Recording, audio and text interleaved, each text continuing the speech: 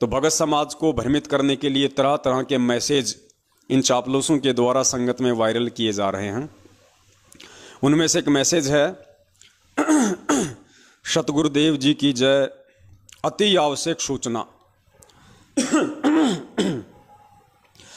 जैसा कि आप सभी जानते हैं कि सतगुरुदेव जी ने संजय तथा पवन को गुरुद्रोही घोषित कर रखा है। इसके बावजूद भी ये दोनों अपनी हरकतों से बाज नहीं आ रहे तथा भक्तों के पास नए नए तरीके अपनाकर गुमराह करने की कोशिश कर रहे हैं। उल्टा चोर कोतवाल को डांट रहा है।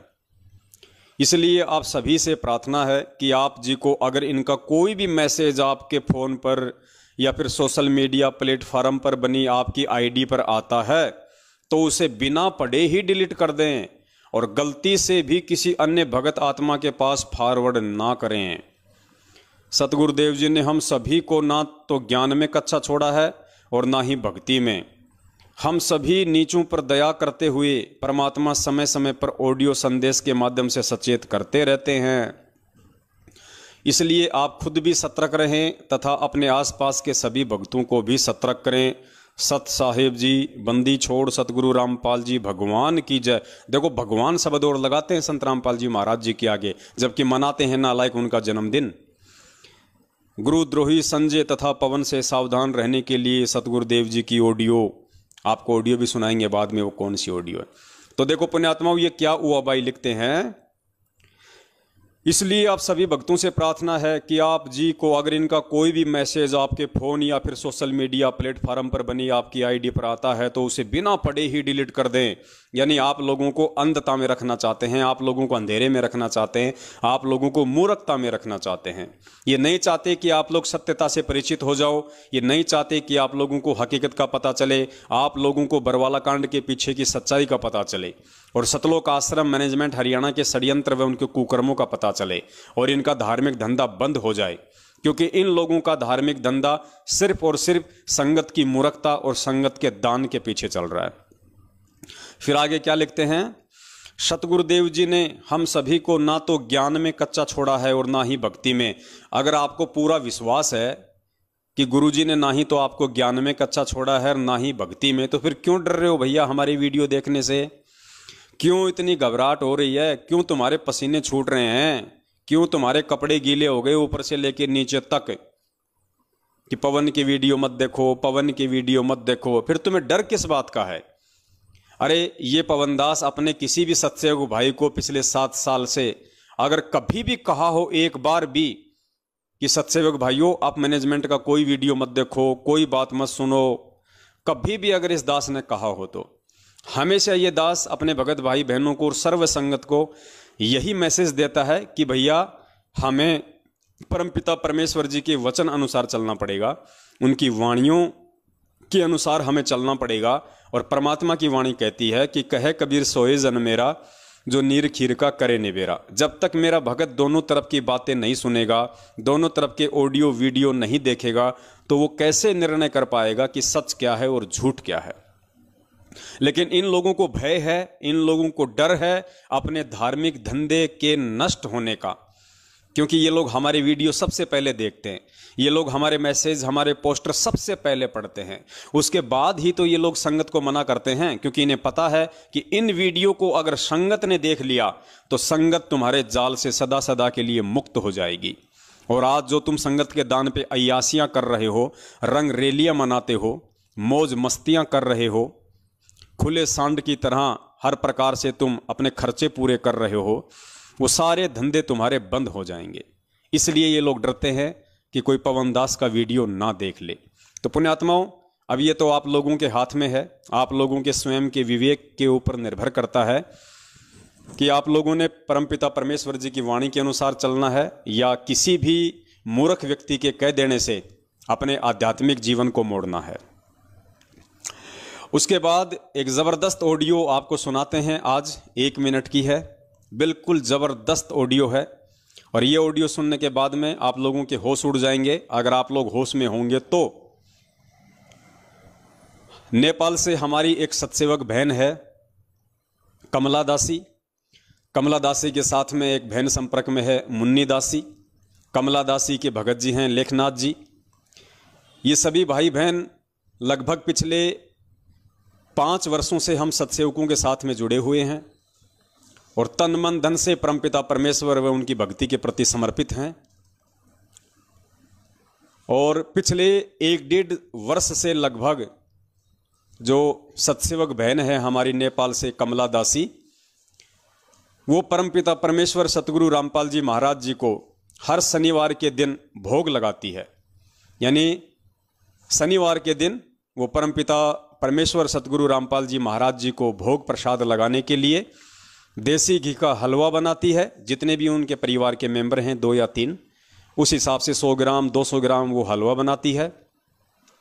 मार्केट से सेब संतरे केले चीकू फल फ्रूट लेके आती है, थोड़े बहुत उनको साफ करती है और वो परमपिता परमेश्वर सतगुरु रामपाल जी महाराज जी को भोग लगाते समय वहाँ रखे जाते हैं।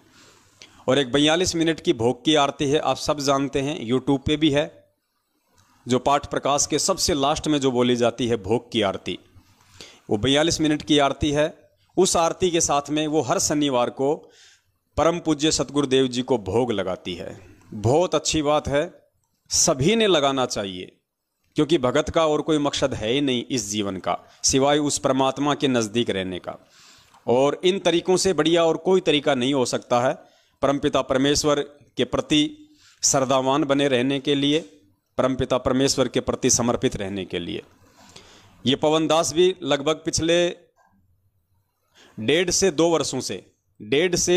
वर्षों से हर रविवार को पूज्य गुरुदेव जी को भोग लगाता है, ठीक उसी प्रकार जिस प्रकार कमला बहन लगाती है।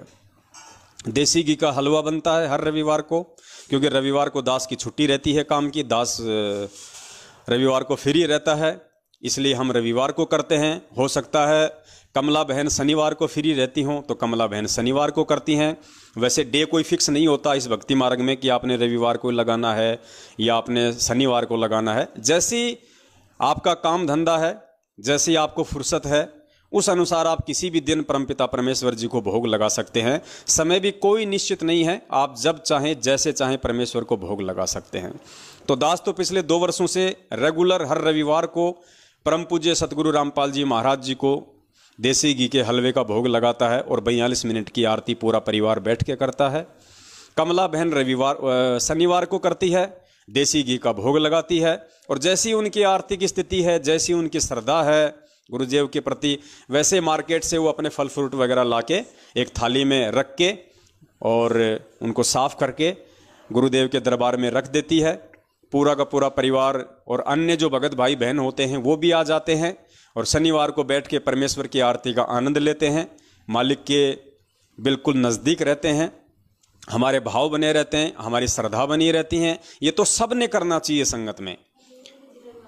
और जयपुर से जो अपने कजोड़ भगत जी हैं वो भी हर रविवार को परमपिता परमेश्वर जी को सहपरिवार भोग लगाते हैं। और शायद जयपुर से हमारे रूपदास भगत जी हैं, जहाँ तक दास को आइडिया है, वो भी परमेश्वर को रविवार को ही भोग लगाते हैं। या बहुत सारी बार आपस में वो दोनों सहपरिवार एक जगह भी परमेश्वर को भोग लगाते हैं, क्योंकि वो दोनों आसपास में रहते हैं। तो ये तो पुण्यात्माओं सब ने लगाना चाहिए। और दास तो ये कहेगा कि अगर कोई भाई बहन अगर फ्री है, जिसको कोई काम धाम नहीं है और जिसकी आर्थिक स्थिति अच्छी है, वो तो रोज लगाओ परमेश्वर को भोग। उसको तो रोज लगाना चाहिए अपने मालिक को 42 मिनट की आरती के साथ में भोग। 42 मिनट की आरती है जिसके लास्ट में परमेश्वर का शब्द आता है, आज लग्या साहिब को भोग दिन के टुकड़े पानी का, कोई जगह पुरबला भाग। ये इतनी अच्छी वाणी है परमात्मा की, इतना अच्छा शब्द है परमेश्वर का। और पूरी 42 मिनट की ऐसी आरती है कि आपका ध्यान कहीं नहीं भटकता, हर शब्द आपकी आत्मा को छूता है। एक विशेष आत्मिक अनुभव, आत्मिक शांति, आत्मिक आनंद उस आत्मा को प्राप्त होती है जब वो परमपिता परमेश्वर को देसी घी के हलवे के साथ या फल फ्रूट के साथ में जब सहपरिवार बैठ के या जैसे भी वो भोग लगाता है। तो बहन पिछले 1.5 साल से पूज्य गुरुदेव जी को भोग लगा रही है, क्योंकि भाई हमारा परमात्मा हमारा पूज्य गुरुदेव है, हमारा भगवान, हमारा इष्ट, हमारा देव, हमारा महादेव, हमारी जगदम्बा, हमारा जगदीश, हमारा भाई, हमारी माता, हमारे पिता, हमारे बंधु, हमारे रिश्तेदार, हमारे दुख सुख का साथी, हमारे कष्टों को हरने वाला, विघ्नों को दूर करने वाला, संकटों को हरने वाला, हमारा साथी, हमारा संगी, हमारा सब कुछ परम पूज्य सतगुरु रामपाल जी महाराज जी हैं। तो हम उनका भोग नहीं लगाएंगे तो फिर हम किसका भोग लगाएंगे? और जैसी आपकी श्रद्धा है, जैसे आपके भाव हैं, जैसा उस परमपिता परमेश्वर ने आपको इस व्यस्त सांसारिक जीवन में समय दिया हुआ है, आप जी चाहे तो परमेश्वर को रोज भोग लगाइए, आपको कोई मना नहीं करने वाला। और गुरुदेव आपसे उतना ही प्रसन्न होंगे, क्योंकि परमात्मा तो चाहते यही है कि ये बच्चे मेरे से किसी भी बहाने जुड़े रहें। तो पुण्यात्माओं, पिछले 1.5 साल से कमला बहन नेपाल से परमेश्वर को भोग लगा रही है, और भोग लगाने के बाद में वो वीडियो बनाती है पूरा, और उस वीडियो को अपने YouTube चैनल पे भी डाल देती है, वैसे भी सोशल मीडिया पे डाल देती है। लेकिन नेपाल के जो कोऑर्डिनेटर हैं या नेपाल का जो स्टेट कोऑर्डिनेटर है, उन लोगों को ये सब अच्छा नहीं लगता। उन लोगों को बिल्कुल भी अच्छा नहीं लगता कि संत रामपाल जी महाराज जी को कोई भोग लगाए।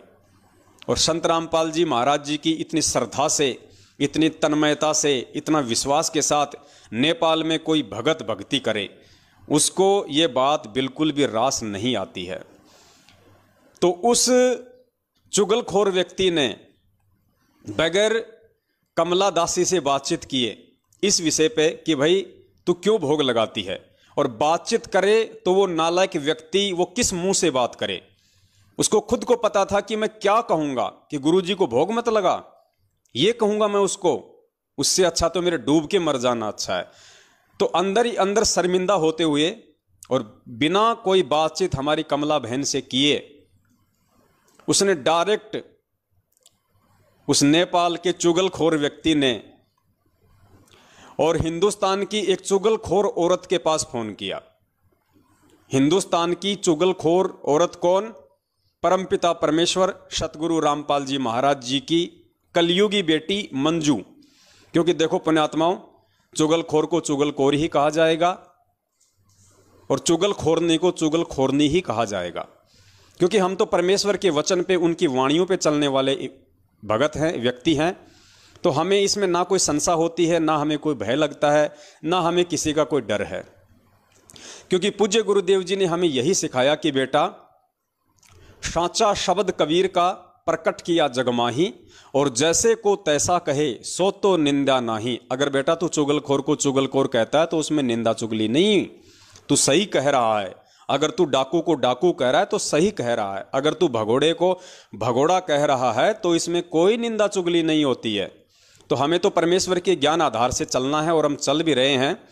तो नेपाल के उस महाचुगलखोर व्यक्ति अर्थात वहाँ के कोऑर्डिनेटर या स्टेट कोऑर्डिनेटर ने हिंदुस्तान की एक चुगलखोरनी औरत परम पूज्य सतगुरु रामपाल जी महाराज जी की कलयुगी बेटी मंजू को फोन किया, और उस चुगलखोरनी औरत ने भी हमारी कमला बहन से कोई बातचीत नहीं की, क्योंकि उसको भी पता है कि मैं किस मुंह से बात करूंगी, क्या कहूंगी मैं, कि परमेश्वर का भोग मत लगाओ। लेकिन पुण्यात्माओं, काल भगवान का इतना प्रेशर है इन काल एजेंटों के ऊपर, इन्होंने इस बात की भी, इस उत्तम कर्म की भी, इस उत्तम आध्यात्मिक कर्म की भी शिकायत लगा दी परमपिता परमेश्वर सतगुरु रामपाल जी महाराज जी से। जैसा भी उनका सिस्टम है, क्योंकि आज हम यही बोलेंगे कि उसने परमपिता परमेश्वर सतगुरु रामपाल जी महाराज जी को ही शिकायत लगाई, क्योंकि 1 मिनट की ऑडियो आई है। बाकी हम तो इन ऑडियो में विश्वास नहीं करते हैं, ये किसकी है, कहाँ से आती है, हमें इन ऑडियो से कोई लेना देना नहीं होता है। हमारे लिए तो ये ऑडियो बेसलेस हैं, निरर्थक हैं, कूड़े के कचरे की तरह हैं। क्योंकि हमें तो परमेश्वर ने ऑडियो आधार से नहीं बल्कि सत्संग आधार से चलना सिखाया है भक्ति मार्ग पे, यदि सफल होना है तो। लेकिन चलो, जो लोग इन ऑडियो को पूज्य गुरुदेव जी की मानते हैं, तो हम पूज्य गुरुदेव जी का नाम लेके ही चलेंगे, ताकि आप लोग अच्छे से समझ पाओगे। तो मंजू ने शिकायत लगाई हिसार जेल में परमपिता परमेश्वर सतगुरु रामपाल जी महाराज जी के पास में, और फिर उसकी कॉल रिकॉर्डिंग नेपाल भेज दी और हिंदुस्तान में भी संगत में भेजी गई। तो पुण्यात्माओं, सबसे पहले आपको ये ऑडियो सुनाते हैं, आप जी ऑडियो को ध्यान से सुनना। उसके बाद फिर परमपिता परमेश्वर इन दोनों चुगलखोरों की महा अज्ञानता का पर्दाफाश करवाएंगे कि ये किस नीचता पर उतराए हैं, किस घटियापन पर उतराए हैं। इन्हें अपने पराये में भी कोई भेद नजर नहीं आ रहा है। प्रणाम गुरु जी। जी बाबा भक्ति दया करियो परमात्मा, आप ठीक हो मां जी? गुरु जी प्रार्थना है गुरु जी, और नेपाल के कुछ भगत आत्मा है जो गुरुद्रोही पवन और संजय के संपर्क में आ गए गुरु जी, और वे ना जी मनमाना तरीके से भंडारा निकालते हैं, घर में फूल फल और फूल रखते हैं, और जैसे भोग की विधि पाठ प्रकाश नहीं होता ना जी, वो ही सारी करके और यूट्यूब और फेसबुक पर डाल रहे हैं। उनको नाम बताओ, उनका निकाल दो। कमला दासी है गुरु जी, उसका पति लेखनाथ दास, और करीबी है जी मुन्ना दासी, मोहनलाल जनपद। बेटी ने तो बताया उनका नाम है। हाँ जी, नेपाल के रहने वाले। क्या क्या नाम बताए? कमला दासी गुरु जी, उसके पति लेखनाथ दास, उसका पति लेखनाथ। हाँ जी, और करीबी है मुन्ना दासी, इनका सहयोग कर रहे हैं गुरु जी। हाँ, तो ये जितने भगत हैं या तो सुधार कर ले, जो जिस तरह ये गलतियां कर रहे हैं इसको सुधार ले, नहीं तो इनको मिशन से निकाल दिया जाए, इनको गुरुद्रोही घोषित कर दिया जाएगा। इनको लिख कर भेज दो। जी गुरु जी। हाँ ठीक है बेटा जी, दंडवत प्रणाम गुरु जी। और सत्साई पुण्यात्माओं, 1 मिनट की ऑडियो आपने सुनी। मुझे तो सुनते ही बड़ी हंसी आई इस ऑडियो पे कि इन लोगों का अपना भी जो बचा खुचा जो विवेक था वो भी काल भगवान ने हर लिया है, और इन नालायकों को खाली खोका बना के इस पृथ्वी लोक पे इनका चोटा पकड़ के घुमा रहा है काल भगवान। इनको कुछ भी ध्यान नहीं है कि हम क्या कर रहे हैं, हम किस चीज़ की शिकायत कर रहे हैं, किस चीज़ की शिकायत नहीं करनी चाहिए, हम किस से शिकायत कर रहे हैं, क्या उसका रिजल्ट आएगा। पुण्यात्माओं, इसी को कहते हैं काल भगवान की सूक्ष्म चाल। अंदर से पूरा खोका कर दिया सतलोक आश्रम मैनेजमेंट हरियाणा को, बिल्कुल थोता और खोका।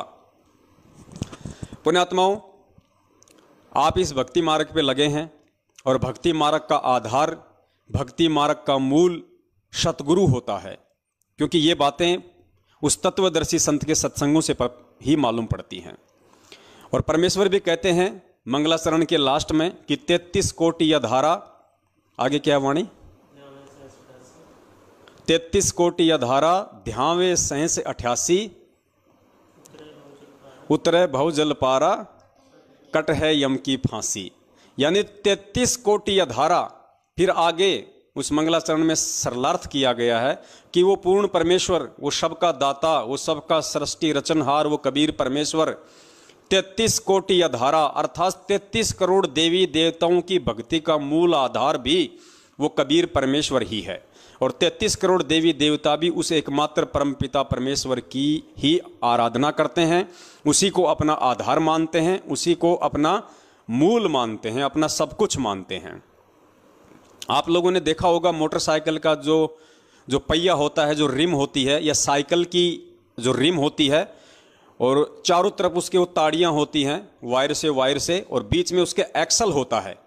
एक्सल, अब पुण्यात्माओं, वो जो एक्सल है वो उस टायर और उस जितनी भी वो ताड़ियाँ हैं वो उन सब का आधार है। उस एक्सल के सहारे वो टायर घूम रहा है, वो टायर बिल्कुल गोल है, वो रिम बिल्कुल गोल है। अगर वो एक्सल ना हो तो वो टायर जो है वो किसी भी गाड़ी में फिट नहीं किया जा सकता। इसी प्रकार ये जो पूर्ण परमेश्वर हैं, जो वर्तमान में सतगुरु रामपाल जी महाराज जी के रूप में धरती पे प्रकट हैं, ये उस एक्सल की तरह इस सकल सृष्टि का आधार है। जितने भी देवी देवता हैं, ब्रह्मा विष्णु महेश हैं, काल है, दुर्गा है, ये अपनी भक्ति का मूल आधार, अपना मूल केवल उस परमपिता परमेश्वर को ही मानते हैं। तभी तो उसने गीता जी में अर्जुन से कहा कि अर्जुन, तुझे गुप्त से गुप्त बात बताता हूं कि मेरा इष्ट देव भी वही है, और तुझे अगर उसकी प्राप्ति करनी है तो किसी तत्वदर्शी संत की तलाश कर ले।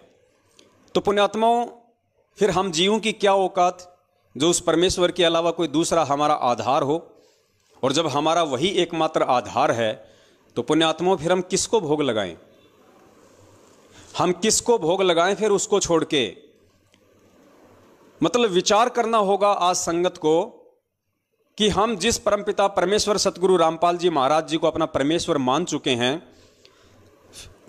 अपना तन मन धन हम जिनके श्री चरण कमलों में समर्पित कर चुके हैं, अपनी भक्ति का और अपने सांसारिक जीवन का हम उनको आधार मान चुके हैं, तो उनके अलावा ये सतलोक आश्रम मैनेजमेंट हरियाणा फिर हमारे से और किसको भोग लगवाना चाहता है? और इस मंद बुद्धि औरत मंजू को तो इतना भी ज्ञान नहीं रहा, आभास नहीं रहा कि नालायक कम से कम इतना ही सोच लेती कि ये लोग मेरे बाप को भोग लगा रहे हैं। अरे मंजू, हम तेरे बाप को ही भोग लगा रहे हैं, हम किसी और को भोग नहीं लगा रहे, हम तेरे बाप को भोग लगा रहे हैं, तेरे बाप को, जिसे पूरी दुनिया सतगुरु रामपाल जी महाराज कह रही है। और तेरे बाप को भोग लगाते लगाते भी तेरे को अच्छा नहीं लग रहा, तेरे को रास नहीं आ रहा, तो दुनिया का सबसे बड़ा गुरुद्रोही और काल एजेंट और कौन हो सकता है दुनिया में? पुण्यात्माओं, मेरे बाप की यदि कोई प्रशंसा करे, मेरे बाप की यदि कोई बड़ाई करे, मेरे बाप को अगर 50 जगह अगर कोई कहे कि भाई जो पवन दास का जो पिताजी है भाई बहुत अच्छा है, भाई आदमी एकदम इंसाफ शरीफ आदमी है, जो बात बोलता है बिल्कुल मुंह पे बोलता है, और कोई यदि मेरे बाप को भोग लगाए, मेरे बाप को देवी देवताओं की तरह पूजे, तो पुण्यात्माओं मेरा सीना तो फक्र से चौड़ा हो जाना चाहिए, मेरा तो 1.25 किलो खून बॉडी में डेवलप हो जाना चाहिए। और यहां क्या हो रहा है पुण्यात्माओं? इस मंजू के बाप का वो बहन भोग लगा रही है, इस मंजू के बाप को वो बहन अपना भगवान समझ रही है, अपना परमात्मा मान रही है, और ये नालायक कह रही है कि नहीं, मेरे बाप का भोग मत लगा, मेरा बाप भगवान नहीं है, मेरे बाप का भोग मत लगा। पुण्यात्माओं, इससे ज्यादा मंद बुद्धि औरत और इस दुनिया में कौन हो सकती है? अब तू क्या चाहती है मंजू दीदी? तेरे बाप का भोग ना लगाएं तो क्या तेरी मां का लगाएं, तेरे चाचा का भोग लगाना शुरू कर दें, या तेरे दोनों भाइयों का और तेरे पति संजय भगोड़े का भोग लगाना शुरू कर दें? ये चाहती है क्या? पुण्यात्माओं, दिमाग का स्तर इन लोगों का कितना नीचे गिर चुका है, ये भी इनमें कॉमन सेंस भी नहीं रही। ये कम से कम इतना तो सोचती है प्रार्थना लगाते समय कि नेपाल की जो सत्सेवक बहन है कमला दासी, वो किसका भोग लगा रही है, किसको भोग लगा रही है, उस भोग की थाली के सामने फोटो किसकी रखी है? अरे नालायक, तेरे खुद के बाप की रखी है, जिसे तू अपना शरीर का बाप भी कहती है, और अपना आध्यात्मिक बाप तो तू उनको नहीं मानती, वो तो हमें पता है, लेकिन कम से कम अपने शरीर का बाप तो समझ ले। और तेरे को तो इसमें खुशी होनी चाहिए थी, तेरे को तो इसमें प्रसन्नता होनी चाहिए थी कि दुनिया मेरे बाप को भोग लगा रही है। लेकिन पुण्यात्माओं, जैसा कि दास बार बार कहता है कि इस धरती पे ये साक्षात काल के एजेंट हैं, इसलिए इन लोगों को यह भी रास नहीं आ रहा कि कोई मेरे बाप को भी भोग लगाए। इन्होंने सतगुरु रामपाल जी महाराज जी को अपने घर की प्रॉपर्टी समझ रखा, अपने घर की प्रॉपर्टी, उनके ज्ञान को और उनको इन लोगों ने अपने घर की प्रॉपर्टी समझ रखा है। तो मंजू दीदी, हम तेरी मां का भोग तो लगाएंगे नहीं, चाहे तू कितने पैर पीट ले, और ना हम तेरे चाचा का भोग लगाएंगे, उस काल एजेंट का, भगोड़े का, और तेरा तो स्वप्न में लगाने की सोच भी नहीं सकते, ऐसी चुगलखोर का, जिसको ये नहीं पता कि मैं कहां प्रार्थना कर रही हूं, किस चीज की प्रार्थना कर रही हूं। अरे ये भी कोई प्रार्थना हुई क्या? अरे भगत किसका भोग लगाएगा है? अरे अपने बाप का नहीं लगाएगा, अपने गुरु का नहीं लगाएगा, तो क्या कादर खान का भोग लगाएगा? मंद बुद्धि औरत, इतना तो तेरी इसमें तेरी खोपड़ी में आ जानी चाहिए थी ये बात। क्या तेरा स्तर इतना नीचे गिर गया, पाताल लोक में चला गया? तुझे ये भी मतलब ये प्रार्थना लगाते समय भी तेरे को 1% भी ये शर्म नहीं आई तुझे? चलो हमारी तो तूने प्रार्थना लगा दी, कोई बड़ी बात नहीं है, तुम कुछ भी कर सकते हो, लेकिन तू प्रार्थना किससे लगा रही है? अरे इतनी तो तेरे को शर्म आनी चाहिए थी कि मैं भगवान से कह रही हूं कि दुनिया भगवान का भोग लगा रही है, तू शिकायत कर रही है। दुनिया जिस भगवान का भोग लगा रही है और जो भगवान चाहता है कि दुनिया मेरा भोग लगाए, उसी भगवान से तू प्रार्थना कर रही है। तेरी बुद्धि का स्तर कहां पानी लेने गया है? पुण्यात्मा, इनकी बुद्धि घास चरने चली गई, बिल्कुल ये खाली हो चुके हैं एडी से लेके चोटी तक। ये खुद तो डूबे हुए हैं, ये बाकी संगत को भी लेके डूबेंगे। तो आप लोगों ने सावधान रहना है। और मैं तो निवेदन करूंगा आज इस लाइव साध संगति के माध्यम से, मेरे जितने भी भगत भाई बहन मुझे सुन पा रहे हैं, देख पा रहे हैं, पुण्यात्माओं, अब विनाश का समय बहुत निकट है, क्योंकि परमेश्वर की असुर निकंदन रमैणी में जो वाणी है कि आवेगा दखन से दीवाना काबुल का, काल किलकिलियम गल है तुर्काना, किलकिलियम अवतार कला, जीतन जन झुंझमुला। तो पुण्यात्माओं, वो जो काबुल का जो यूज किया गया वहां पे कि सबसे पहले काबुल देश पे अटैक होगा, फिर काबुल देश की रक्षा के लिए दूसरी मुस्लिम कंट्री आएंगी, फिर दूसरे के पक्ष में दूसरी कंट्री आएंगी और ये विश्व युद्ध शुरू हो जाएगा। और उसके बाद में मुस्लिम देश 90% आपस में लड़के कटके ही मर जाएंगे। तो आप जी आज देख रहे हैं आजकल अगर आप न्यूज़ देखते हैं मीडिया में कि जो तालिबान है उसने अफगानिस्तान के ऊपर किस प्रकार से अपना कब्जा जमाना शुरू कर दिया, क्योंकि अफगानिस्तान से अमेरिका ने अपनी सेना हटाने की घोषणा कर दी है। काफ़ी सैनिक अमेरिका चले गए हैं जो पिछले 20-25 साल से अफगानिस्तान में थे। जैसे ही अमेरिकी फौजें अफगानिस्तान से हटी हैं, तुरंत तालिबान ने अफगानिस्तान पे धावा बोल दिया। मारकाट शुरू हो रही है, रोजाना सैकड़ों की संख्या में लोगों को मारा जा रहा है।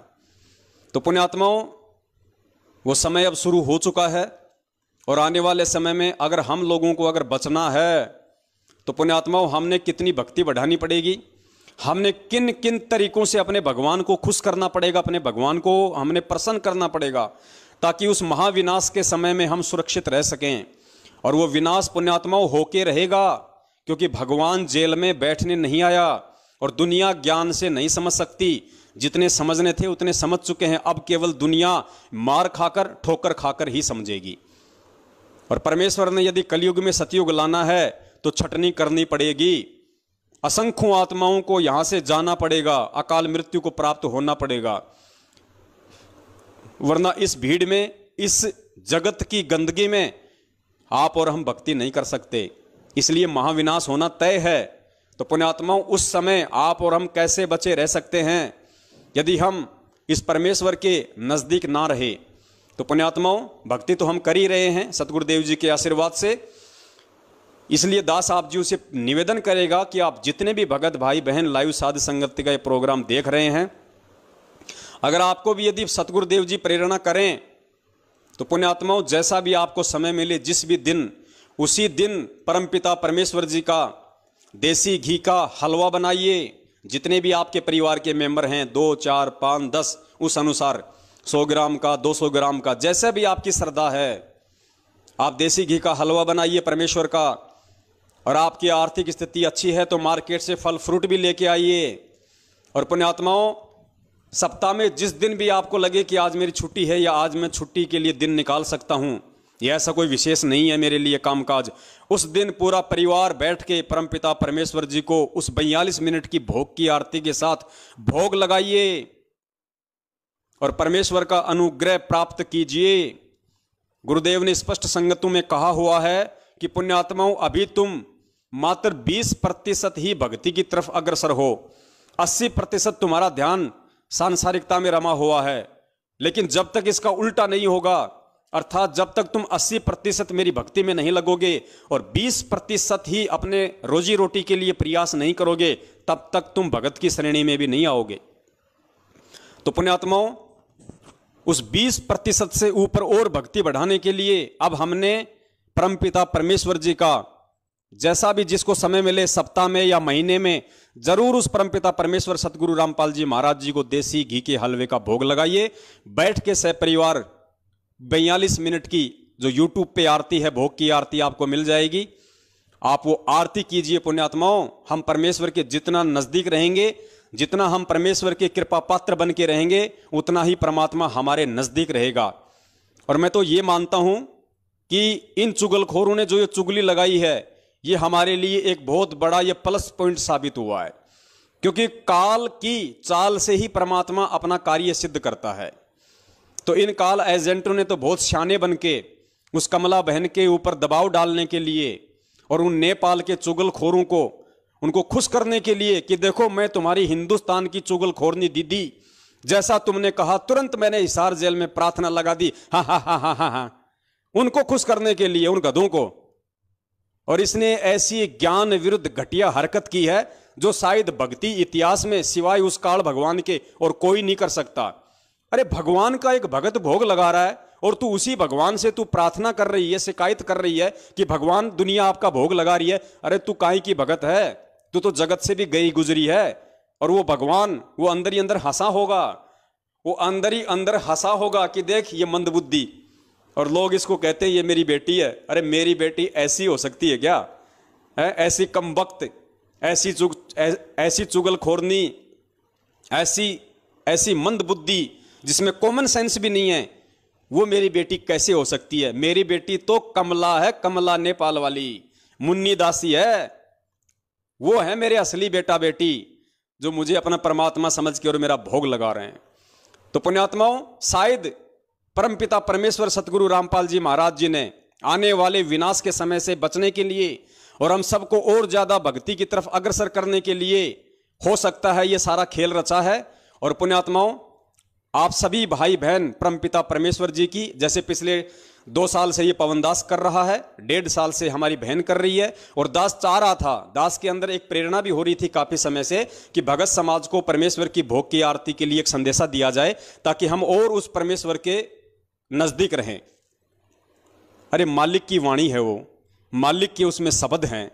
भक्ति बोध पुस्तक में लिखा हुआ है, जो 3 समय की आरती वाली जो भक्ति बोध है, संध्या आरती के बाद में उसमें वो आरती लिखी हुई है 42 मिनट की। अरे अगर उसमें परमेश्वर ने आरती दी है तो दी किस लिए है? उसमें पूरे पाठ प्रकाश की आरती नहीं है और ना ही पूरे पाठ प्रकाश की आरती करने के हम अधिकारी हैं, लेकिन वो तो लास्ट का भोग का पार्ट है, भोग का पार्ट है। खुद उस परमपिता परमेश्वर सतगुरु रामपाल जी महाराज जी ने 3 समय की आरती के बाद में उसमें लिखवाया है ताकि मेरे बच्चे कॉमन सेंस से इस बात को समझें और परमेश्वर की भोग की आरती भी करें। तो पुण्यात्माओं, शुरू कर दीजिए। यह परमेश्वर की तरफ से एक बहुत बड़ा संकेत, एक बहुत बड़ा एक इशारा आप सत्सेवक भाई बहनों के लिए है, क्योंकि पुण्यात्माओं बचना आप और हमने है, क्योंकि हमने भक्ति करनी है। और जिसको ये ज्ञान ही नहीं है कि भक्ति क्या है, भगवान क्या है, हम क्या कर रहे हैं, हम क्या नहीं कर रहे, उन काल एजेंटों को क्या मतलब, क्या पता वो 3 समय की आरती भी करते हैं कि नहीं करते। जिस मंजू को भोग की आरती से इतनी नफरत है, पुण्यात्माओं सोचो वो 3 समय की आरती कहां करती होगी। और सोचिए वो औरत कहां संत रामपाल जी महाराज जी को अपना भगवान समझती होगी। भगवान तो सौपन में भी नहीं, अपना वो गुरु भी नहीं समझती है, गुरु भी नहीं समझती है। अगर अपना शरीर का बाप समझती तो भी उसको ये सुन के बड़ी प्रसन्नता होती कि नेपाल से कोई बहन है जो मेरे बाप का भोग लगा रही है, मेरे बाप को भगवान तुल्य मान रही है। उसको तो खुशी होनी चाहिए थी, और वो मंदबुद्धि उल्टी शिकायत लगा रही है। और 70% संगत ऐसे बिना सींग के गधों के ऊपर भेड़ चाल में मस्त हो रहे हैं। पुण्यात्माओं, कहां तो तुम जाओगे और कहां वो जाएंगे, अपना निर्णय तुम खुद कर लेना। दास का तो काम था ये संदेश आप लोगों को देना, दास ने दे दिया, बाकी आप जानो, आपका काम जाने। हम सत्सेवक तो इसी तरीके से परमेश्वर के ही भोग की आरती करेंगे, इसी तरीके से करेंगे परमेश्वर की भोग की आरती, ऐसे ही करेंगे। लगाओ तुम रोज शिकायत, लगाओ तुम रोज प्रार्थना। परमेश्वर तो हमें फल फूल रहा है, परमेश्वर तो हमें फल और फुला रहा है तुम्हारी आंखों के सामने। तुम लोगों का तो खून जल गया सारा पिछले 7 साल से, चुगलियां करते करते, शिकायतें लगाते लगाते, और हम सत्सेवकों को परमेश्वर ने अपनी पलकों पे रखा हुआ है। दिन दोगुना रात चौगुना परमेश्वर हमारे को वर्दी दे रहे हैं, हमारे को भक्ति धन दे रहे हैं, परमात्मा अपना आशीर्वाद लौटा रहे हैं। अरे कोरोना में तुम मरे हो, सत्सेवक नहीं मरा कोई भी। मैनेजमेंट के 300-400 लोग मरे सारनामी सतनामी कोरोना से। एक भी सत्सेवक अगर मरा हो कोरोना से तो बता दो, कोई भी कहीं भी एक भी मरा हो तो परमात्मा किसके साथ में है? तुम जैसे काला एजेंटों के साथ में है या हम जैसे सत्सेवकों के साथ में है? ये कॉमन सेंस की बात है, लेकिन तुम गधों को समझ में नहीं आएंगी ये बातें। तुम काला एजेंटों के पल्ले पड़ने वाली नहीं है। तुम्हारी तो काम, तुम्हारी सेवा जो काल भगवान ने लगा रखी है, तुम केवल वही करोगे, उससे ज्यादा तुम्हारा दिमाग काम कर ही नहीं सकता है।